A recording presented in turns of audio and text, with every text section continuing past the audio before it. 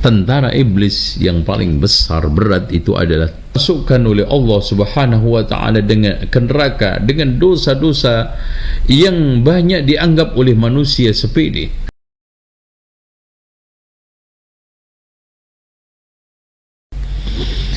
Kama ruya fil hadis, dalam satu hadis yang dhaif, makanya Imam Ibnu Jauzi sudah mengesankan di dalam riwayatnya ruya, ya. Dan rata-rata para ulama ketika meriwayatkan satu riwayat, tek ruya itu sudah tanda bahwa riwayat itu perlu kita teliti. Wal ajizu man ittaba'a nafsahu hawa, man atba'a nafsahu hawa, ya, yang namanya orang lemah adalah orang yang mengikutkan dirinya kepada hawa nafsunya, wa tamanna 'ala Allahil amani, tapi senangan, ya. Sampai detik ini dia tidak bisa meninggalkan kemungkaran dengan alasan entar besok mengikuti hawa nafsunya, tapi dia yakin banget akan diampuni oleh Allah, yakin banget akan dimasukkan surga oleh Allah, yakin banget Allah Subhanahu wa taala sayang sama saya. Allahu Akbar. Ketertipuan macam apa seperti ini, ya? Keterkecohan macam apa seperti ini, ya? Makanya betul kata Imam Ibnul Jauzi, ya, di dalam kitab Makaidus Syaitan, bahwa tentara iblis yang paling besar berat itu adalah tulul amal wa taswib, panjang angan-angan dan suka menunda-nunda. Wa mimma yanbaghi lil aqil, oleh karena itu baik bagi orang yang berakal ayatarassada wuqu'al jaza, harus terus-menerus merasa hadirnya balasan-balasan terhadap tindakan-tindakan yang kita lakukan, bukan meremehkan. Tolong diperhatikan ya ikhwan, ana ulangi lagi. Jangan sekali-kali kita meremehkan dosa. Seorang perempuan disiksa oleh Allah hanya menahan kucing tidak diberi makan. Jangan sekali-kali kita meremehkan maksiat kepada Allah Subhanahu wa taala. Ada orang yang sekarang ini dimasukkan oleh Allah Subhanahu wa taala dengan neraka dengan dosa-dosa yang banyak dianggap oleh manusia sepele, ya. Dengan demikian, perhatikan bagaimana ada orang yang dipotong tangannya dengan pencurian berapa, tangannya hilang, ya. Betapa banyak orang yang sekarang ini akhirnya tersungkur ke dalam neraka karena untayan kalimat-kalimat yang keluar dari lisannya. Oleh karena itu, fa inna Muhammad ibn Sirin qala ayyartu rajulan, saya pernah meremehkan seseorang.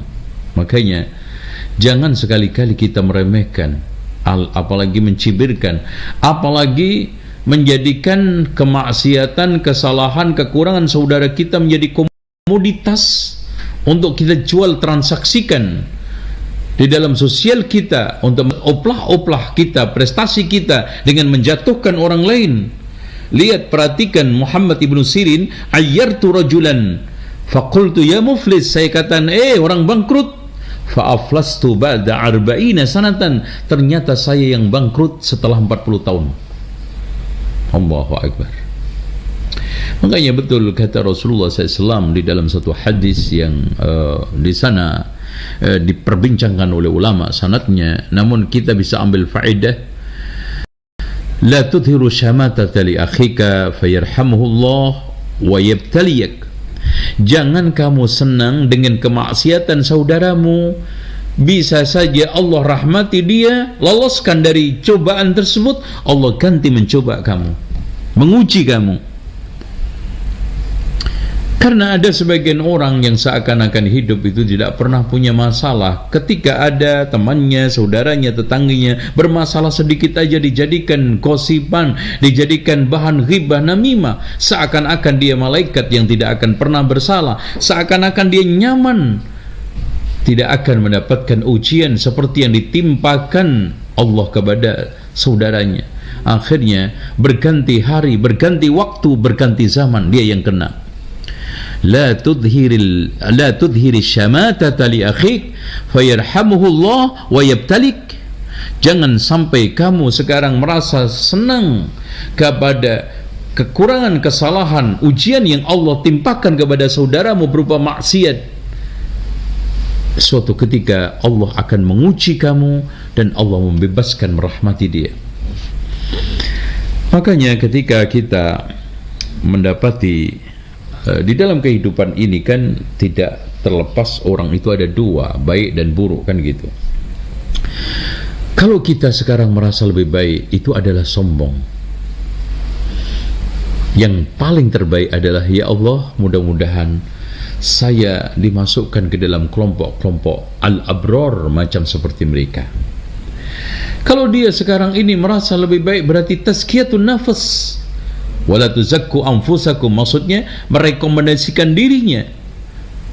Sementara kita tidak ada jaminan, bisa saja antum ditutup oleh Allah dengan keburukan. Yang antum anggap lebih buruk tadi ditutup oleh Allah dengan kebaikan. Atau teman yang ada di sekitar kita adalah orang-orang buruk. Kita kalau sombong dengan orang buruk nggak level, meremehkan orang buruk nggak level, dan bisa saja kita diuji oleh Allah, kita diakhiri oleh Allah dengan keburukan, dan dia dibikin oleh Allah bertaubat. Macam seperti orang yang membunuh 100 orang, diberikan kesempatan oleh Allah di ujung daripada umurnya, bahkan tidak sempat untuk beramal, sampai wafat pun diperebutkan oleh malaikat adab dan rahmat. Begitu juga ketika kita sekarang ini berada di dalam kebaikan, yang ada adalah, ya Allah, mudah-mudahan saya istiqamah sampai meninggal dunia, karena innamal a'malu bil khawatim, amalan itu tergantung pungkasannya. Wa qala Ibnul Jalla, in ra'ani syaikhun li, pernah syekh saya melihat saya, wa ana anzuru ila amrad, saya melihat amrad itu laki-laki yang ganteng menggoda. Ya, ini biasanya menarik buat orang-orang LGBT, laki-laki. Faqala ma hadha, kemudian syekh itu menegur saya, apaan ini?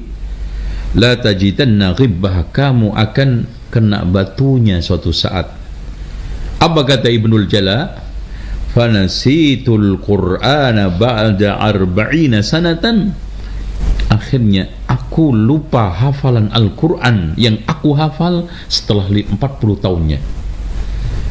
Ya ikhwan, Allah tidak lupa tapi menunda. Ibnu Sirin setelah 40 tahun, Ibnul Jala setelah 40 tahun. Allah tidak lupa, hanya menunda. Makanya wabid min hadha, sebaliknya, kullu man amila khairan aw sahhaha niyatan, barang siapa yang beramal baik atau memperbaiki niat, falyantadir jazaa'ahal hasan, maka hendaknya juga menunggu balasan yang baik. Hal jazaa'ul ihsan illa al ihsan, bukankah kebaikan itu dibalas oleh Allah juga dengan kebaikan?